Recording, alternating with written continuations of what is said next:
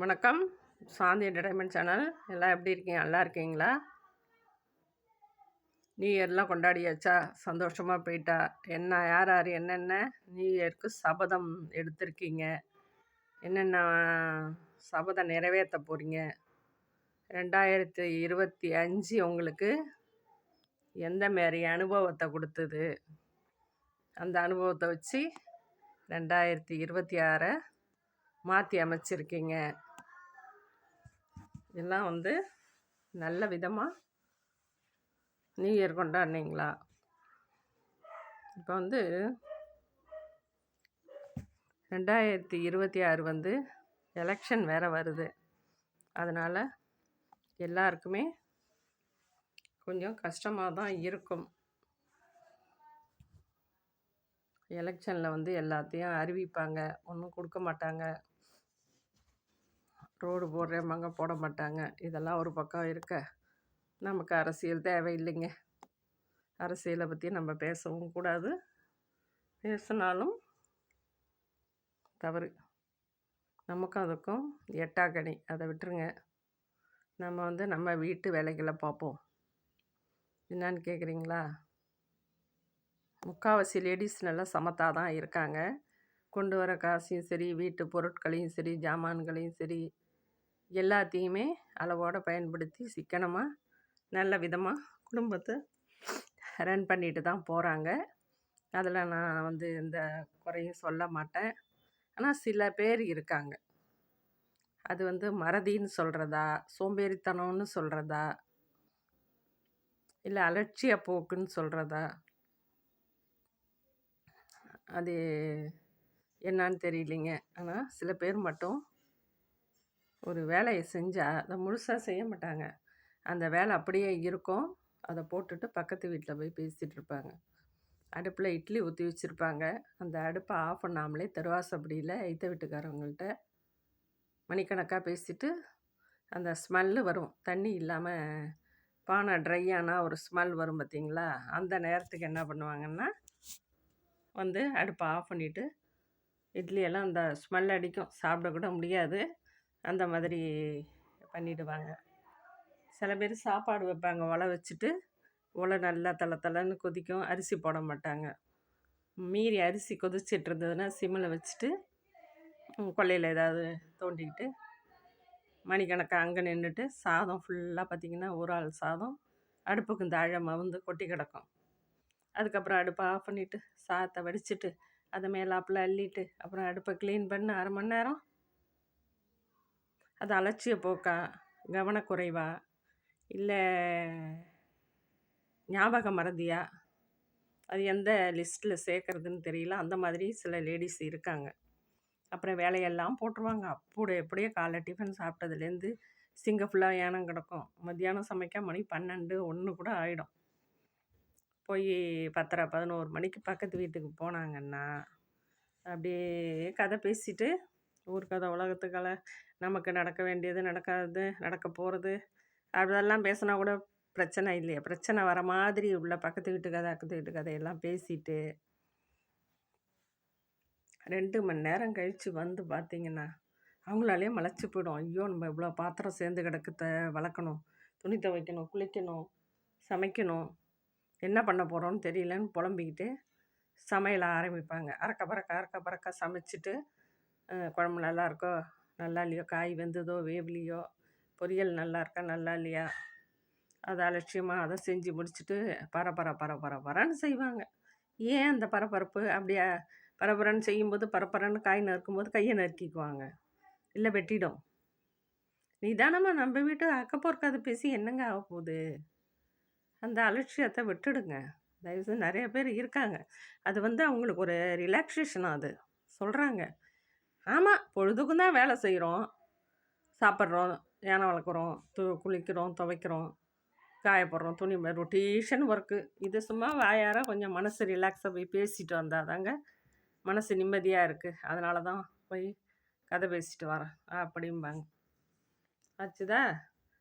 எல்லா வேலையும் போட்டு போய் செய்கிறதுல என்னங்க வந்திருக்கு? திருப்பி நம்மளையே தான் அதை செய்ய போகிறோம். திருப்பியே அதை தான் நீங்கள் தானே செய்ய போகிறீங்க. அது பேசிட்டு வந்ததில் உங்களுக்கு என்ன வந்தது? ஒன்றும் வரலை.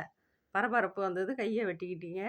சமையல் நல்லா இல்ல. எல்லாமே கொலாப்ளிகேஷன் ஆயிடும். எல்லாமே கொலாப்ஸ் ஆயிடும்.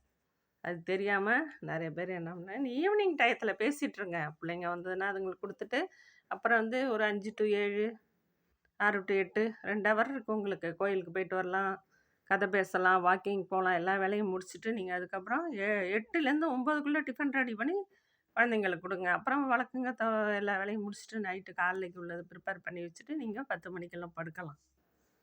நம்ம வேலைய போட்டுட்டு எதுக்குங்க அக்கப்போர் கதை பேசணும்? தேவையில்லையே! நெறைய பேர் பண்றாங்க. நெறைய பேர பார்த்துருக்கேன். இந்த கதைய அது வேற ஒரு பெருமையா சொல்லிப்பாங்க பாருங்க. "ஏக்கா இத கேட்டீங்களாக்கா? நேத்து உங்க வீட்டுக்கு வந்தேனா, அடுப்ப மறந்துட்டேன்க்கா. ஆஃப் பண்ண மறந்துட்டேன்.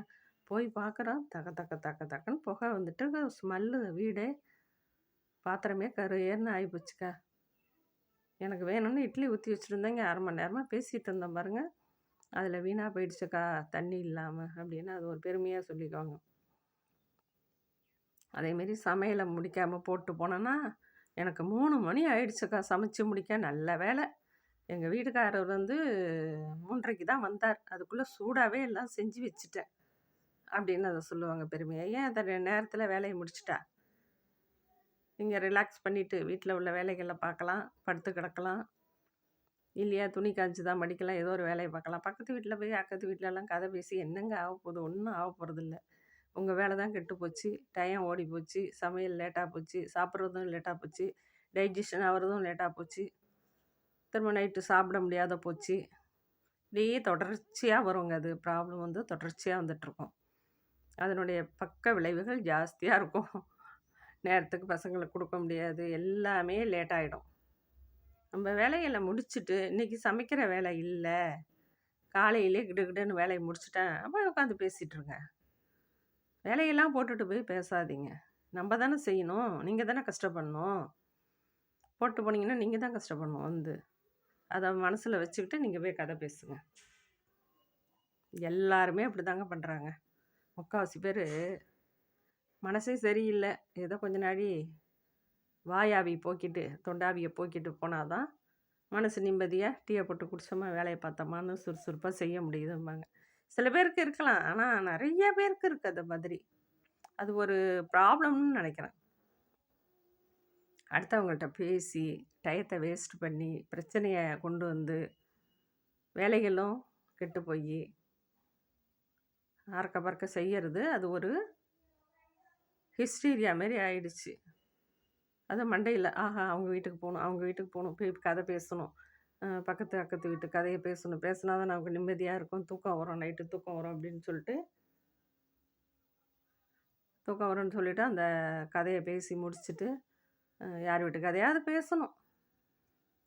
இல்ல அட்லீஸ்ட் சொந்தக்காரங்க கதையாவது, இப்படி நடந்தது, அப்படி நடந்தது, நாங்க போனோம், 4 நாள் கழிச்சு வந்தோம், அங்க ஒரே பிரச்சனையா போச்சு. இதெல்லாம் சொல்லி அவங்க ரிலாக்ஸ் பண்ணுனா தான், அவங்களால நிம்மதியா இருக்க முடியும், தூங்க முடியும். அது சில பேருக்கு ஒரு கான்ஃபிடென்ட்டா அது மனசுல உறுதியாயிடும் சில பேருக்கு. அதனால அத பார்த்து அது வேலைய முடிச்சுட்டு, அப்புறம் தான் வேலைய பார்ப்பாங்க. அந்த மாதிரி இருக்காதீங்க. உங்களுடைய வேலைகள நீங்க கரெக்ட்டா கவனக்குறைவு இல்லாம எல்லாம் செஞ்சு முடிச்சுட்டு, ரிலாக்ஸா போய் பேசுங்க. அடுப்புல ஒண்ண வச்சுட்டு, உலைய வச்சுட்டு, இட்லி பானைய வச்சுட்டு, இல்ல பால வச்சுட்டு கூட சில பேரு பால் ஃபுல்லா கீழ போயிடும். வெறும் குண்டான் தான் இருக்கும். அந்த குண்டான்லாம் விளக்கறதுக்கு 1 மாசம் ஆகும். தேய்ச்சு, தேய்ச்சு, தேய்ச்சு அந்த சட்டிக்கு கலரே மாறிவிடும். நெறைய பேர பார்த்துருக்கேன். வச்சது மறந்துருவாங்க. குக்கரு வெடிச்சிரும். குக்கர் வெடிச்சு போயிடும். அந்த மாதிரிலாம் நிகழ்வு இல்லாம, கவனக்குறைவு இல்லாம, நிதானமா எல்லா வேலைகளையும் செஞ்சு முடிங்க. நிதானமா பேசுங்க. யார்ட்ட வேணாலும் பேசுங்க. நிதானமா பேசுங்க. பொழுதுக்கும் பேசுங்க. பயனுள்ளதா பேசுங்க. அக்கப்போர் கதை பேசாதீங்க. நல்லத பேசுங்க. நல்லத செய்யுங்க. நல்லத நினைங்க. எல்லாம் நல்லதா நடக்கும். அலட்சியம் வேண்டாம். எந்த ஒரு வேலையிலயும் அலட்சியம் வேண்டாம். கவனக்குறைவு வேண்டாம். சோம்பேறித்தனம் வேண்டாம். இதெல்லாம் இருந்தா எல்லா சேதாரமும் நமக்கு தாங்க வரும். அதனால நல்ல செயல்பாடு இருக்கணும். என் வீடியோ எல்லாரும் தொடர்ந்து பார்க்குறீங்களா? புதுசா பார்க்குறவங்க சப்ஸ்கிரைப் பண்ணிட்டு பாருங்க. தொடர்ந்து பார்க்குறவங்க லைக் பண்ணுங்கள், மற்றவங்களுக்கு ஷேர் பண்ணுங்கள். இதுபோல் பயனுள்ள நல்ல கருத்துள்ள வீடியோக்களை உங்களுக்கு தொடர்ந்து கொடுத்துட்டு வரேன். நீங்கள் ஸ்கிப் பண்ணாமல் பாருங்கள். இன்னொரு வீடியோவில் சந்திப்போம். பை.